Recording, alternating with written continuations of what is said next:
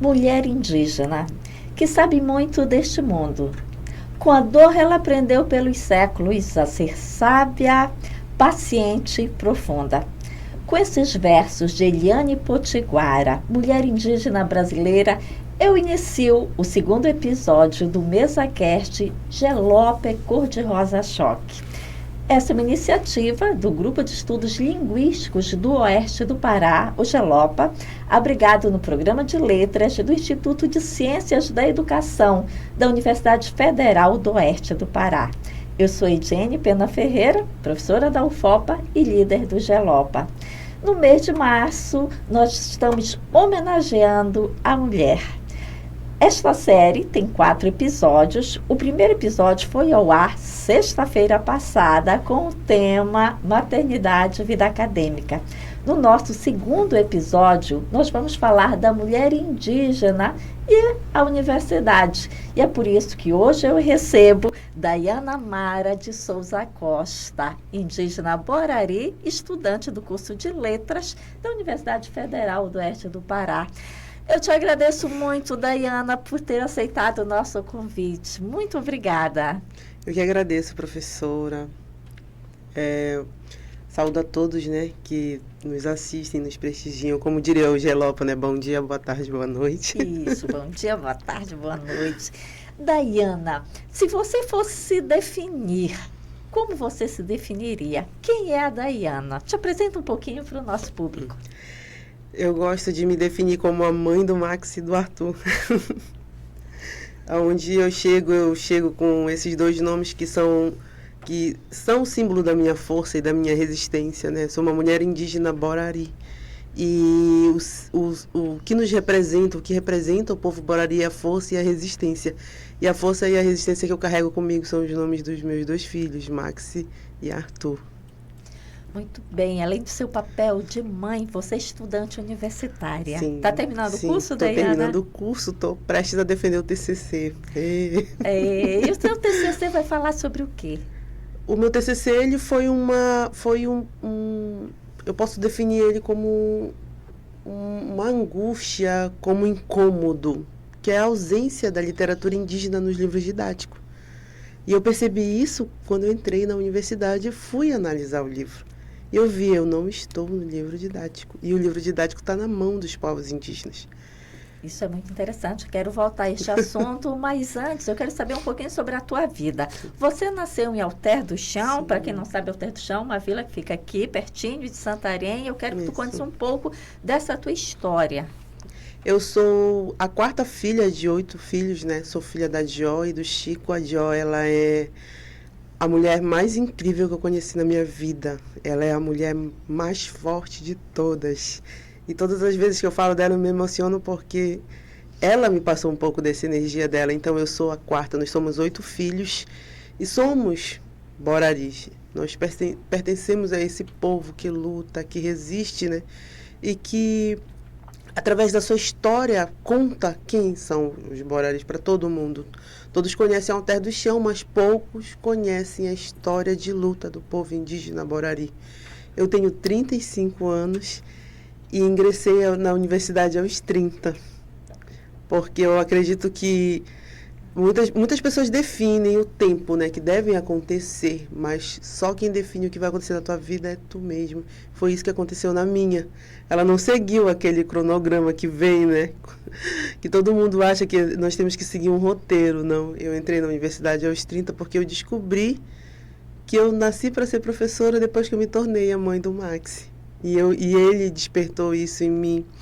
Eu moro em Alter do Chão, além de professora agora, eu sou doceira, sou tacacazeira, artesã e eu sou muito legal também. Falando em artesã, estou vendo que você está aí com um brinco divo, close aí, nesse brinco maravilhoso, foi você que fez? Foi um presente da minha amiga Michele Arapium, que ingressou comigo na universidade.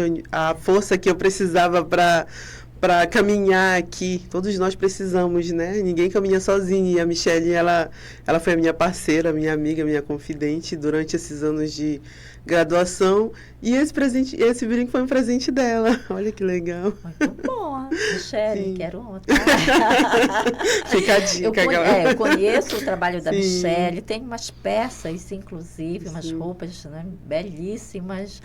Vale a pena, viu, gente? Fazendo aqui o jabá, né? Para vocês conhecerem também um pouquinho da arte e da cultura indígena. Sim. Você falou da presença da Michelle como uma indígena também na tua sala de aula. Sim. De uns tempos para cá, a universidade tem investido muito em políticas de ações afirmativas, né, para trazer o indígena para a universidade. Não só trazer, mas políticas para mantê-los aqui. Eu quero que você fale um pouquinho para nós como você se sentiu como uma mulher indígena entrando na universidade. A universidade, todo mundo sabe, a universidade de forma geral, tá, gente? É um espaço elitista, tradicionalmente. Sim. É um espaço elitista e, muito recentemente, é que a gente vê a presença, né, dos povos indígenas aqui na universidade.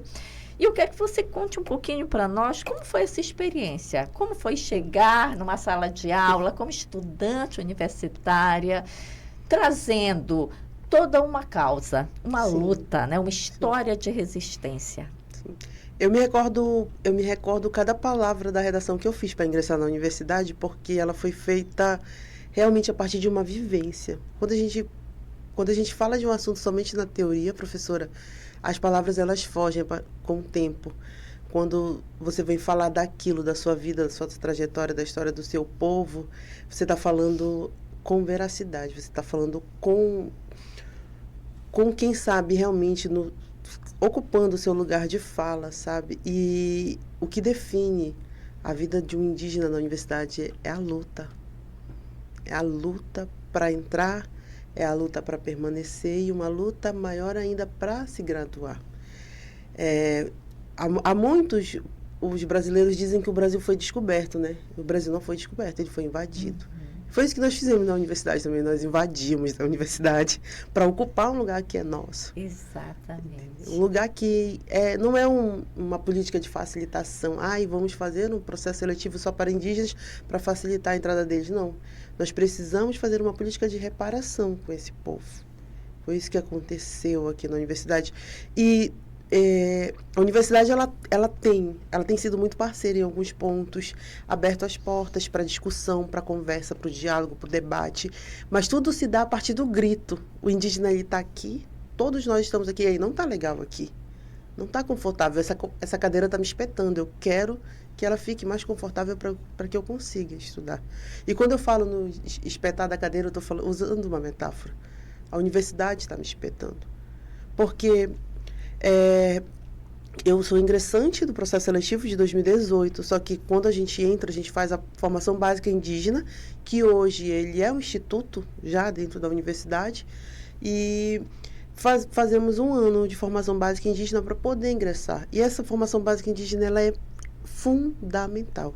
E eu acredito que hoje eu saio, porque eu já estou me considerando alguém que está prestes a sair da universidade, só pela defesa do TCC, e eu devo muito à formação básica indígena, porque ela me moldou.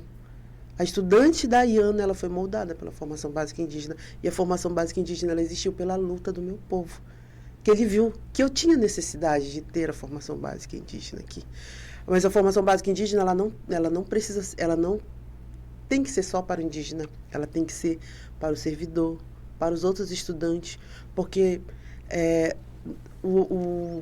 para que todos possam ter o mesmo óculos, né? Para que todos possam ter a mesma visão do que é um estudante indígena na universidade. Você entrou pelo processo indígena especial. Especial, né? Isso. Já dominava a língua portuguesa portuguesa é a sua língua materna, mas mesmo assim você teve dificuldades. Sim. Como é que você percebe essa relação da universidade com os indígenas que não têm o português como língua materna. Vocês discutem isso? Vocês formam grupos entre si para discutir essas questões? Sim, sim. Essas lutas, essas pautas, elas estão sempre na discussão do movimento indígena, porque, como eu falei anteriormente, não é uma forma de facilitar a vida do indígena, mas é de ajudá-lo, de mediar. Por exemplo, quando começou o processo seletivo aqui na universidade, processo seletivo indígena, você passava, entrava na universidade e estudava. Se você for fazer uma pesquisa, ainda tem remanescentes dessa época aqui na universidade. Mas por quê? Alguém que vem de um ensino modular fraquíssimo, de um ensino que termina o ensino médio de uma forma super rasa, não tem como ele acompanhar a vida de uma universidade desse tamanho. Então, a caminhada na universidade, ela serviu para que essa pauta fosse fortalecida, para que essa luta, houvesse mais engajamento nessa luta. E hoje, por exemplo, hoje nós temos um instituto para os indígenas. Isso é maravilhoso, porque a gente vai ver as necessidades, as especificidades de cada povo.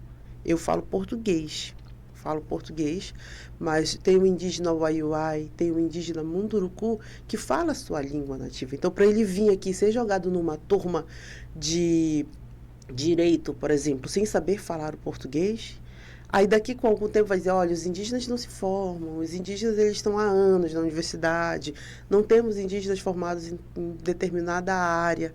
Então, isso se dá por conta dessas dificuldades. E a culpa não é nossa. Porque é como se nós tivéssemos sido jogados aqui. Mas essas conversas, elas têm que ter. Essa luta, ela tem que ter. Esse diálogo, ele tem que ter. Porque não é uma forma de... o que nós não queremos chegar aqui, ser formado de qualquer jeito. Ser uma professora que conseguiu um diploma porque... Não, mas nós precisamos sair daqui como profissionais capacitados para batalhar, para lutar ainda mais. Para que mais pessoas possam... conquistar essa vaga e sair com honra daqui da universidade. Isso, e como é que os teus parentes de Alter do Chão te veem hoje? Estás terminando um curso superior, um curso de letras, que é importantíssimo, né, para a formação, não só tua formação, mas a formação de muitas outras pessoas. Vai ser professora, né, de português, de literatura. Como é que o teu povo lá em Alter do Chão te vê e qual é a tua relação com eles? Você acha que houve uma mudança nessa relação depois que você se tornou universitária? Sim. Eles te veem com mais responsabilidade? Com certeza, porque a nossa vida ela vira como um espelho, né, professora? Vou lá, depois de ser mãe de 2 meninos, encarar um vestibular, uma universidade. É uma vida que vai ser modificada. E eu gosto de conversar com os jovens. Eu converso muito com os jovens, principalmente aqueles que querem entrar na universidade, que querem fazer o processo seletivo. Chamo eles para uma conversa, porque não é tudo que falam, mas também não é tão fácil como dizem. Nós entramos numa batalha para concorrer por uma vaga. E eu sempre gosto de conversar com eles. E é muito bom. Eu digo sempre, né, que todos nós cometemos erros na vida. E o que eu digo pro meu povo se for para me copia naquilo que eu fiz e que deu certo. Eu digo que a universidade deu super certo na minha vida. Que hoje, lá em Alter do Chão, eu sou a professora Dayana. Eu era a Dayana, filha da Jó, continuo sendo, mas hoje eu sou a professora Dayana. E isso, para mim, é motivo de muito orgulho, como o meu povo me enxerga. E a importância, né, da universidade, sim, na transformação social. Com certeza. Muito bom conhecer um pouco mais da tua vida, Dayana. E você que está nos assistindo, aproveite, curte esse vídeo, compartilha, divulga o nosso trabalho. Se você não assistiu ao primeiro episódio, vai lá, assiste, curte e compartilha. Eu prometi para vocês trazer uma canequinha diferente hoje. Então, aqui dá o close, minha caneca. Aqui é Jenny Pena Ferreira, professora titular da UFOPA. No próximo episódio eu trago outra. Dayana, você agora, professora Dayana, você estudou o teu ensino médio lá em Alter do Chão? Como é que foi essa experiência? Eu estudei na escola, até então era a escola Professor Antônio de Souza Pedroso, e a partir do autorreconhecimento ela virou Escola Indígena Borari. Hoje nós temos uma escola indígena em Alter do Chão. Como o ensino médio em Alter era muito precário, professora, eu conversei com minha mãe, né, e disse que queria vir estudar em Santarém. Ela falou que não tinha condições. Ela disse, não tenho condições de te manter em Santarém. E eu fiz um acordo com ela, com 15 anos. Se eu conseguir pagar minha passagem, senhora, deixa eu estudar em Santarém. E ela disse que sim. Então eu vim para Santarém, corri atrás de vaga nos colégios. E como eu tinha só 15 anos, ninguém queria me dar uma vaga, né?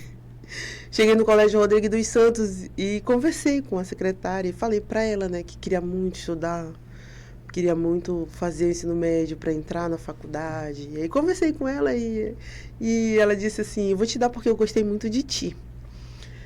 O que tu faz? Ela perguntou para mim, eu disse, eu vendo doce lá em Alter do Chão. E eu estudava à tarde, professora.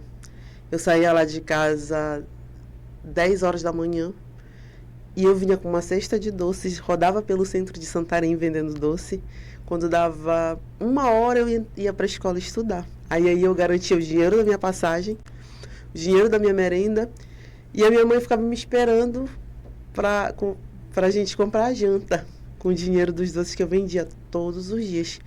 E durante algum tempo eu consegui fazer isso, até terminar o ensino médio. E eu conto isso com muito orgulho, porque cada parte da batalha da tua vida, ela serve para mudar o ser humano que tu se torna. E aquela Dayana adolescente ali, que vinha para Santarém sem vergonha nenhuma, com uma cestona de doce, ela foi fundamental para essa Dayana que está aqui na sua frente hoje se tornar a mulher que é. Pode não ser muito, mas eu me orgulho muito de tudo que eu fiz para chegar até aqui, sabe? E o ensino médio aqui em Santarém foi muito bom, foi diferente, né? E como morei em Alter do Chão, morava em Alter do Chão, sempre, a minha vida toda é bem difícil. Hoje eu tenho um filho de 17 anos, que faz o 3º ano do ensino médio. E hoje eu vejo ele acordando 4 da manhã para vir para a escola, né? E quando eu vejo que ele só precisa estudar, professora, você só precisa estudar, vá para Santarém, estude e volte. Eu vejo, assim, que a gente subiu um pouco o degrau, sabe? Porque ele não precisa vir hoje com a cesta de doce. Não que isso seja motivo de vergonha, mas é um motivo, é uma vitória que nós conseguimos, sabe? Poder oferecer isso para ele junto com a minha família, que ele é meu filho e filho de todo mundo lá de casa. Muito bem. Para quem está nos assistindo e não é daqui da nossa região, né? Alter do Chão é uma vila que Sim. fica a cerca de 32 quilômetros da cidade. O acesso é pela estrada, né? Pode vir de barco se você quiser. Sim. Fazer uma aventura, né? Mas maravilhosa. Dia a dia tem que vir de ônibus, né? E fica a dica para quem não conhece, Alter do Chão é considerado o Caribe da Amazônia, um dos lugares mais bonitos do Brasil. Vale a pena conhecer. Vale muito a pena. E visitar a barraca da Dió também, que é a barraca da minha mãe. Visitar a barraca da Dió em Alter do Chão. Na tua fala, a gente percebe esse orgulho, né? Da tua construção. Sim. Você se construiu. Sim. E nessa tua construção, tu trazes a história do teu povo, do Borari. Quem é o povo Borari? Fala um pouquinho para nós sobre essa história. O povo Borari é o povo que resiste em Alter do Chão há mais de 300 anos, né? Quando a gente fala em Alter do Chão, a gente só se lembra do sairé, da praia. É muito bom, porque a gente se orgulha muito. Mas tem um povo muito resistente, muito forte, que luta todos os dias, professora. E durante muito tempo a gente fala assim, não, porque o povo Borari que viveu em Alter do Chão, o povo Borari que habitava esse lugar. Aí alguém chegou e falou assim, ei, vocês são o povo Borari que habitam Alter do Chão e que vivem nesse lugar. E fomos buscar através de estudos, pesquisas, as nossas lideranças, né, viram realmente, nós somos o povo Borari que ainda habita Alter do Chão. E esse processo de autoafirmação, ele é uma luta muito árdua, porque quando a gente tem conhecimento daquilo que nos é de direito, tem gente que não quer que nós tomamos posse daquilo que nos pertence, e foi isso que aconteceu. O processo de autoafirmação, ele começou no ano de oficialmente no ano de 2002. E se a gente parar para pesquisar, se vocês quiserem pesquisar a história dos povos indígenas do Brasil, todo o território tem um tesouro embaixo dele. Por isso que muitos não querem que o povo ocupe aquele território. E o território do povo Borari é a nossa água. O aquífero Alter do Chão está ali. É o maior aquífero do mundo, né? By the way, né? Isso. Vale a pena dizer isso. Isso. Tem muita gente que não conhece. Isso. E a demarcação do território, ela não é a luta pela delimitação de uma terra somente. O território para o povo indígena, ele está como espírito para o nosso corpo. Como a alma, como o bater do coração para que a gente continue vivo. Essa é a importância do território para o povo indígena. Porque no nosso território está a nossa ancestralidade, está a nossa história, é onde os nossos encantados residem. Então, quando um povo ele luta para demarcar o território, ele está lutando para que a sua história continue viva para as próximas gerações. E é isso que o povo Borari faz. Todo o povo, professora, tem um grafismo. Um grafismo que representa aquele povo, que simboliza aquele povo. E o nosso é o casco do jabuti. Feito com tinta de genipapo, feito com miçanga, feito com pincel. Onde você vê o casco do jabuti desenhado, você diz, olha, o povo Borari. A representação do povo Borari através do grafismo. E esse casco desse jabuti significa força e resistência. Aí um fato curioso é por que o jabuti, então, mano? Força e resistência, e tu pega um jabuti. Se uma árvore de taperebá cair em cima do jabuti, ele espera aquela árvore apodrecer para ele sair ali de baixo. Olha que interessante, gente. Força e resistência. Força e Tem que ter muita resistência. E devagar e sempre, né? Isso, exatamente. E a luta é isso. Força e resistência. E Borari significa flecha envenenada. Flecha envenenada. Muito cuidado com esse povo. Me respeita, né? Que eu sou Borari. Isso, me respeita que eu sou Borari com muito orgulho. E as nossas lideranças, elas deixam muito claro, assim, isso. É muito bom você fazer parte do movimento em que ele te mostra realmente, olha, tu é uma Borari.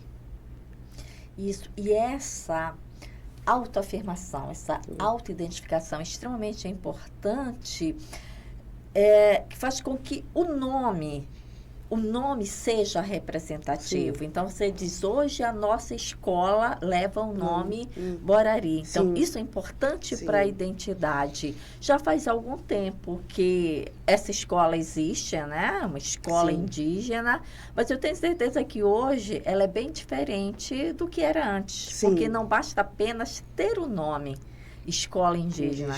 É preciso que, de fato, a educação indígena seja colocada em prática. Como é que você vê hoje essa transformação das escolas indígenas, né, que levam o nome indígena?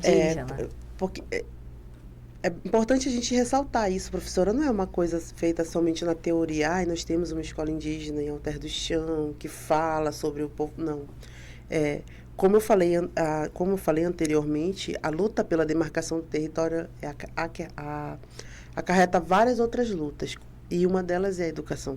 A saúde, a educação, a territorialidade, elas são as pautas do movimento indígena, da luta. E a educação, eu como uma professora, eu acredito que a ferramenta maior de transformação é a educação.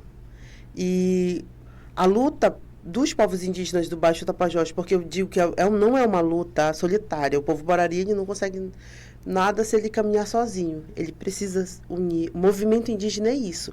É não ficar parado, é movimento. E os povos indígenas do Baixo Tapajós, eles lutaram por esse reconhecimento. As escolas indígenas, as escolas situadas dentro do território indígena, elas precisam ser escolas indígenas. E no ano de 2006 começou com 13 escolas. Hoje nós temos 54 escolas indígenas no município de Santarém. Não falo da região do Baixo Tapajós, que tem Aveiro e Belterra, né? Mas do município de Santarém são 54 escolas indígenas. E a escola indígena Borari é uma delas. E são fatos, são vitórias que a gente pode considerar importante, professora. Eu, Dayana, estudante de letras e informação, tenho que voltar para a minha escola, para mostrar para o meu povo, graduada agora como professora de língua portuguesa. E isso é um fato importante. Quem nós temos nas áreas? Temos professores de matemática formado, geografia, história. Então vamos trazer os nossos indígenas para estarem aqui trabalhando conosco nas escolas indígenas. E isso é uma vitória do povo, porque a escola é indígena, para indígena e com indígenas, feita por indígenas. A partir, porque, e outra coisa que é importante frisar é que nada é feito por acaso. Nós estamos amparados por leis federais, por leis estaduais, por leis municipais. Então, tudo que é feito dentro da legislação. É feito com amparo legal dentro da educação escolar indígena. E a Escola Indígena Borari é uma escola que tem quase 700 alunos, é uma escola grande, né? Dentro do município, funciona do prézinho até o 9º ano, então nós temos a parte principal da educação, como a gente começa a moldar aquele estudante, e entregar ele para o ensino médio, mas moldar dentro dos princípios, dentro dos nossos conceitos, respeitando o nosso território, as nossas lideranças, as nossas ancestralidades, entregando um cidadão que possa lutar conosco e que tenha vontade também de, não, eu vou seguir na área da educação, vou seguir os estudos, vou me formar e vou lutar pelo meu povo, porque foi aqui que eu comecei a minha trajetória como estudante. E é isso que a gente quer. Isso. Eu acho que o teu trabalho de TCC também te ajudou muito e vai te ajudar muito, porque é uma questão de representatividade. Sim. Então, qual foi o maior desafio, qual foi o maior aprendizado que tu tiveste escrevendo o TCC? O maior desafio para mim foi enxergar ou tirar a venda dos meus olhos, né? Durante muitos anos, meus olhos foram vendados. Que eu passei a minha educação básica toda com o livro didático na mão. E eu não percebi, eu não vi que eu não estava sendo representado. E o maior desafio é escrever, propor. Porque eu não posso só chegar e dizer, olha, no livro didático não tem literatura indígena. Não tem Daniel Munduruku, não tem Márcia Cambeba, não tem Ailton Krenak, não tem. Mas eu não preciso só chegar e dizer, porque qualquer pessoa consegue ver que não tem. Mas qual é a proposta? Como que você... Então, dentro daquelas diretrizes, usando a LDB, a BNCC, eu vou inserir a literatura indígena no livro didático. Porque eu preciso que o meu aluno ele sinta orgulho, se veja no livro didático. O livro didático ele tem que ser como espelho. Ele tem que refletir aquilo que eu quero que o meu aluno seja. É uma forma de incentivar também os meninos a escreverem, a produzirem. Com certeza, professora. E nós temos ótimos escritores, nós temos ótimas fontes de inspiração para que eles realmente possam, dentro daquela área de conhecimento, seguir. Entendeu? E foi um incômodo, e a partir desse incômodo surgiu o meu projeto de TCC. Muito bem. E quais são os planos para o futuro da Dayana? Mestrado, com certeza mestrado. Continuar. Quero ser professora lá na escola indígena. E são tantas coisas, parece que agora abriu uma caixa aqui na minha cabeça, sabe? Mas, com certeza, todos os meus planos envolvem a educação e envolve ser professora. Muito bom. Vou te fazer uma pergunta que é um pouco delicada.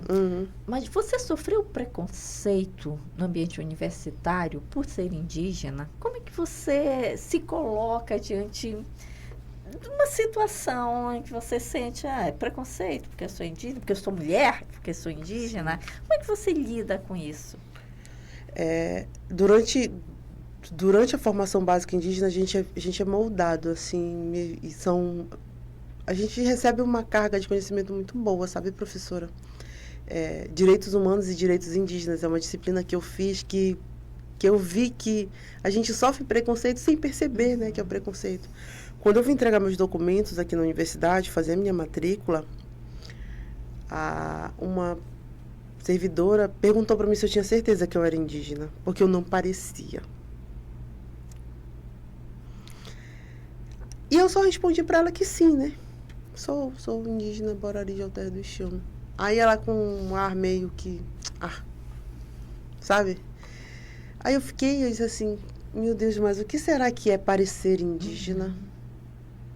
Olha, essa é uma questão que precisa ser trabalhada. Sim. Precisa ser trabalhada nas escolas, inclusive. Sim. Nós precisamos quebrar o estereótipo, Sim. né, do indígena. Tem uma coisa que me incomoda muito, e eu queria muito fazer uma formação para os professores, porque quando chega abril, nas escolas Sim. infantis, sobretudo, a homenagem que eles fazem aos povos indígenas é vestir as criancinhas, né, de cocar. E eles acham que isso passar uma tinta de guache no rosto e cantar a música da Xuxa. Exatamente, cantar a música da Xuxa e achar que isso é uma homenagem aos povos indígenas, né? A gente precisa quebrar isso. Sim, eu professora. acho que você tem o teu lugar de fala. Eu gostaria de te Sim. ouvir sobre isso. Sim. É uma questão que a gente precisa quebrar mesmo. Essa questão de que todo mundo tem a mesma cara, que todo mundo é parecido, que tem cara de índio, cara disso. Não. A gente precisa quebrar. Os povos indígenas, eles não têm uma cara.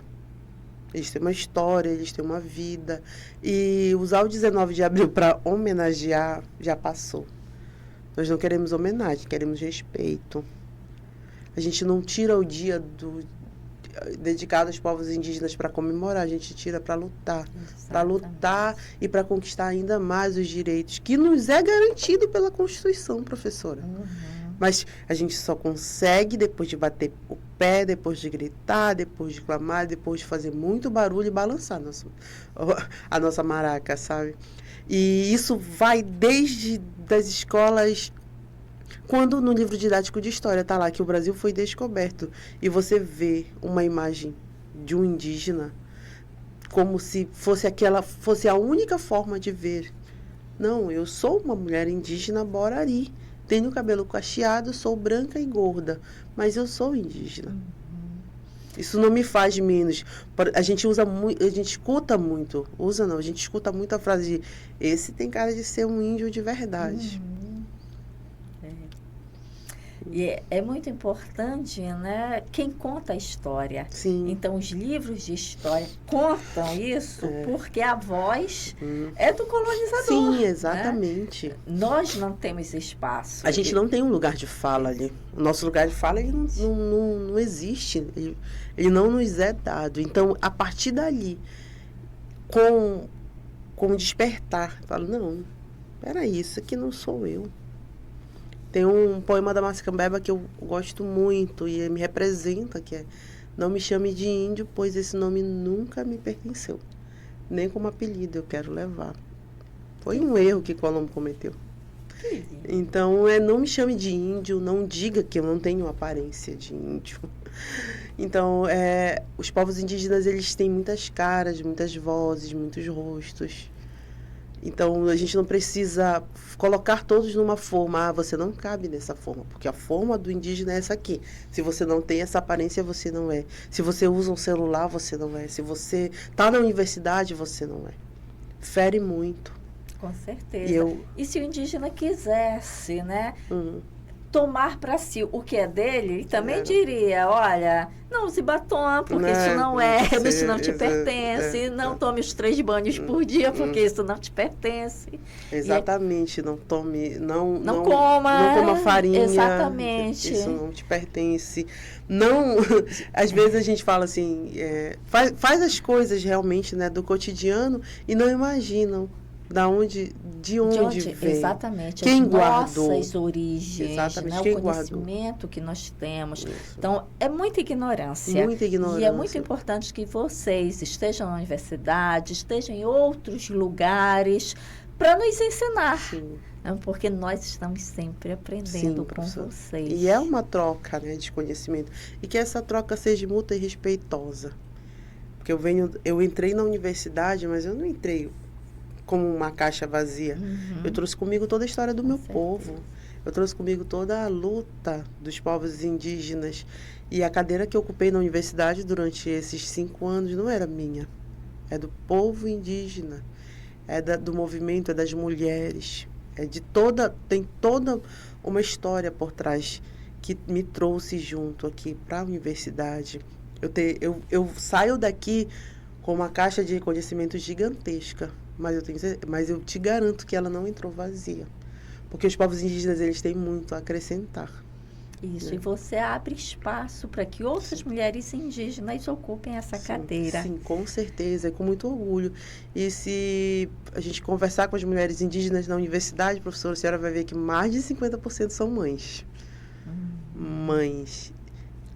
Imagina a dificuldade que a gente tem para se formar e a dificuldade que a gente tem para permanecer sendo mãe na universidade.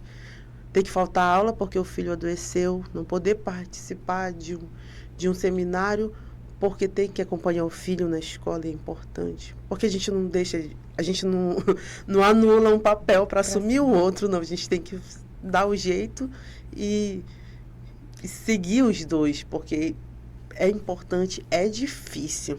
E só quem consegue chegar mesmo no patamar de graduado sabe a batalha que carregou, sabe a batalha que enfrentou para conseguir. Muito bem, Daiana, parabéns pela tua história. Foi um prazer ter você aqui conosco. E eu quero que você se despeça agora do nosso público, dando um recadinho para todas as mulheres indígenas. Eu queria agradecer, professora, pelo convite, né, de tantas mulheres indígenas que tem na universidade, mulheres brilhantes que nós temos na universidade. Eu poder estar aqui representando elas, para mim, é uma honra, para mim é um orgulho. Eu queria dizer, o que eu digo para as mulheres indígenas, para as minhas parentas, é que se você tem um sonho, não deixe ninguém apagar seu sonho. Um dia eu sonhei que eu era professora e hoje eu estou me tornando uma professora com muito orgulho. Então, sonhe e seja o que você quiser. Use as suas asas para chegar, para voar o mais longe que você puder. Mesmo que a sua bagagem seja pesada, você é capaz. Hoje eu sou Daiana Borari. Eu entrei na universidade como Daiana Borari e eu estou saindo como Daiana Borari, a professora de língua portuguesa. E eu quero deixar um recado para todo mundo.